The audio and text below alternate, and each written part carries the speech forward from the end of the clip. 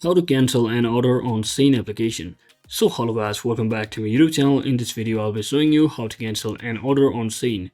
So let's get started. So as you can see, I'm already inside my SHEIN application and I'm already logged in with my account, so make sure you do that as well. And once you're inside here, just head over to the order section or just tap on the first me button at the bottom right corner and then just select this processing button which is under your my orders. So if the option available, follow the prompts to confirm the cancellation and specify the reason. So if the cancel order button is not visible, it may indicate that the order has already been shipped or is ineligible for cancellation. So if the order is already shipped, then you can refuse the delivery and it will be returned to SHEIN.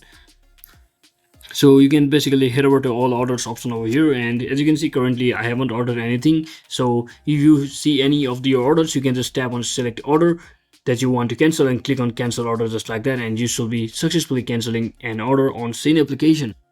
So that's it for today guys. I hope this video was informational. If it was, don't forget to like and subscribe to the channel. See you on the next one.